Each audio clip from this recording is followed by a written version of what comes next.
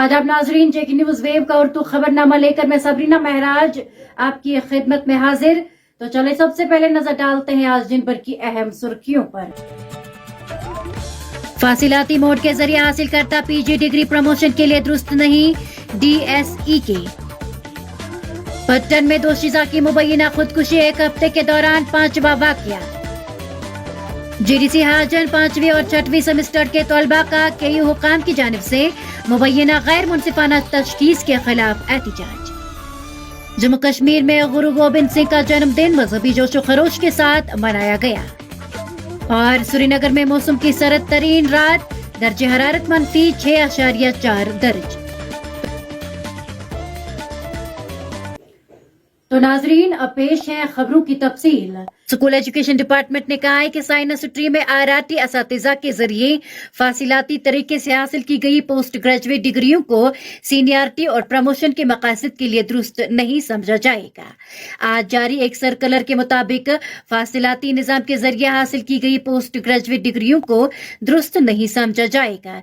DSE के ने ये बात की एक RTT टीचर की दरख्वास्त का जवाब देते हुए कही, जिसमें इग्नो के जरिए माहौलियाती साइंस में PG करने की इजाजत तलब की गई थी।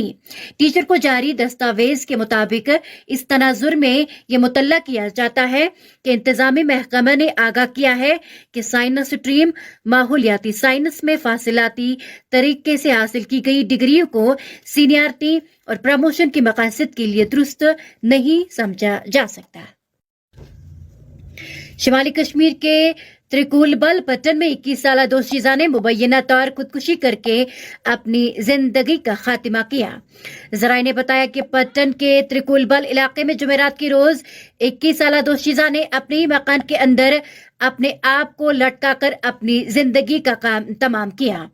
उन्होंने बताया कि घर वालों ने जब दोशीजा को अपने कमरे में लटकते देखा तो उन्होंने फौरी तौर पर उसको सब जिला अस्पताल मुंतकिल किया, लेकिन वहां डॉक्टरों ने दोशीजा को मुर्दा करार दिया।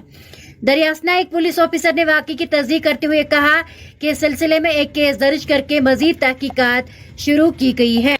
वाज़ेह रहे कि पिछले 5 दिनों के दौरान दोशीजाओं समेत 5 अफराद ने अपनी जिंदगियों का खात्मा किया, जबकि शिमाली कश्मीर में 24 घंटों के दौरान यह अपनी नौयत का दूसरा वाकया है। साल गुज़श्ता के आखिरी दिन शिमाली कश्मीर के बारामुल्ला के एक दोशीजा ने दरियाई जाले में छलांग मारकर अपनी जिंदगी का काम तमाम कर दिया। अभी उसकी नाश दरिया से निकलने का अमल जारी है। ताहम साल 9 के पहले ही रोज इसी तरह की खुदकुशी का एक और अफसोसनाक त्राल में पेश आया, जहां 12वीं जमात में ज़ेर तालीम तालिब इल्म ने फांसी पर लटका कर अपनी जिंदगी का चरा गुल किया। श्रीनगर में गुज़श्ता रोज ही दरियाई जालिब से एक शख्स की लाश बरामद की गई और बताया जा रहा है कि उसने भी खुदकुशी की है।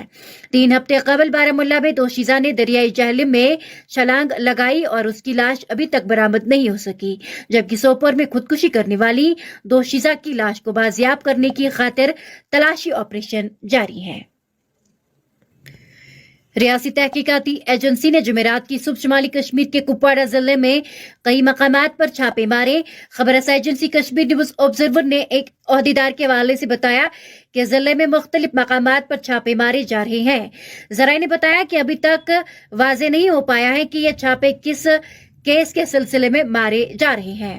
उन्होंने मजीद कहा कि इस मुतल्लिक तफसीली जानकारी तहकीकाती एजेंसी से तस्दीक के बाद फराहम की जाएगी। जम्मू कश्मीर में जुमेरात के रोज गुरु गोबिंद सिंह जी का जन्मदिन मजहबी जोशो खरोश के साथ मनाया गया।